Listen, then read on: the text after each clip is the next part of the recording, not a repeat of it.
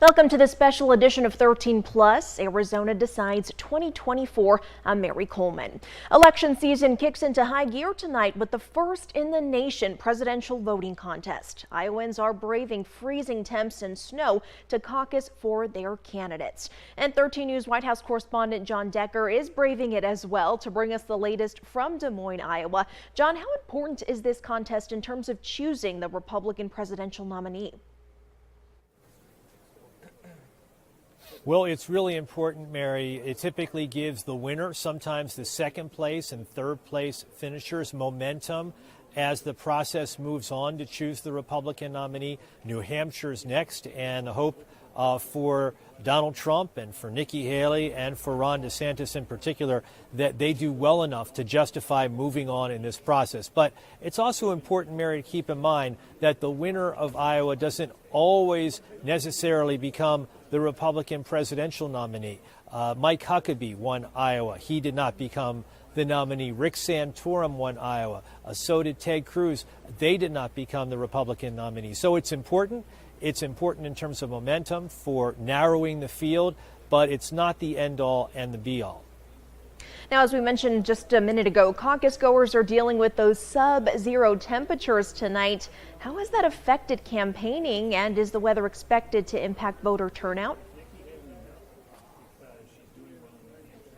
Well, it's certainly impacted campaigning. We've seen some candidates curtail events over the course of the past few days because of the blizzard conditions that hit a good part of Iowa over the past 48 hours. Roads were difficult to traverse, and in addition to that, you have those sub-zero temperatures. In fact, Mary, tonight, during the course of voting for the Iowa caucus and all 1,600 plus caucus sites across the state, you could see with the wind chill, minus 30 degrees. That's what we're talking about. And I've been out there. It does feel minus 30 degrees. It's really brutally cold out there. So we'll have to wait and see whether or not this does indeed impact voter turnout for this election cycle. Well, absolutely. And John, a lot of people are asking, what did the latest polls show? They're asking if Donald Trump is the clear favorite right now. Well, he is the clear favorite. Poll after poll has shown us that. The most recent poll was a poll jointly conducted by NBC News and the Des Moines Register. That poll shows Donald Trump among those surveyed with 48%, Nikki Haley at 20%, and then Florida Governor Ron DeSantis at 16%. So that's a big double-digit lead, according to that poll, that Donald Trump has. But I think it's also important. I look at that poll with Donald Trump having 48%. That means 52% of those polled would like to see someone other than Donald Trump as the standard bearer for the Republican Party in the November presidential election. I think that's telling. After all, Donald Trump did serve in the White House. He is essentially the incumbent running in this election cycle, and I think it's important for him as he moves on to New Hampshire to really show that he's got the strength amongst the Republican electorate. And John, why is managing expectations so important in this first contest? It's important because I think the public forms a narrative about a candidate by managing expectations. Perfect example is Florida Governor Ron DeSantis. He has crisscrossed this state. He has visited all 99 counties. He has the endorsement of Iowa's Republican governor. She's crisscrossed the state with him at various events over the course of the past 2 months.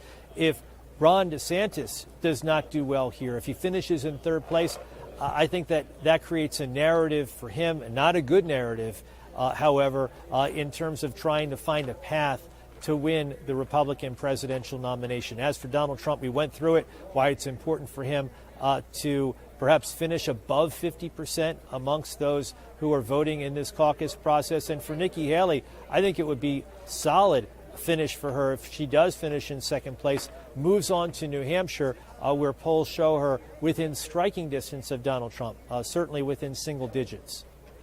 And kind of leading into the next question, what are the strategies of these campaigns following the Iowa caucuses that we're able to tell?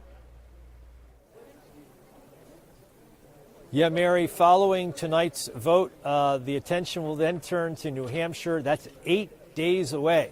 So Nikki Haley certainly will leave from Iowa, head directly to New Hampshire, where she hopes to pick up the momentum and keep that momentum going in the Granite State. For Ron DeSantis, his campaign has already indicated they're going to skip traveling directly to New Hampshire. Instead, Ron DeSantis is going to travel from Iowa to South Carolina. Reason being is because his campaign believes that that demographic group is a demographic that could deliver him a strong showing in South Carolina. The South Carolina primary, by the way, that happens in late February. And for Donald Trump, I think that what he would like to see is a strong showing in Iowa, strong showing in New Hampshire, and potentially closing down this process relatively quickly so he can turn his attention to the general election.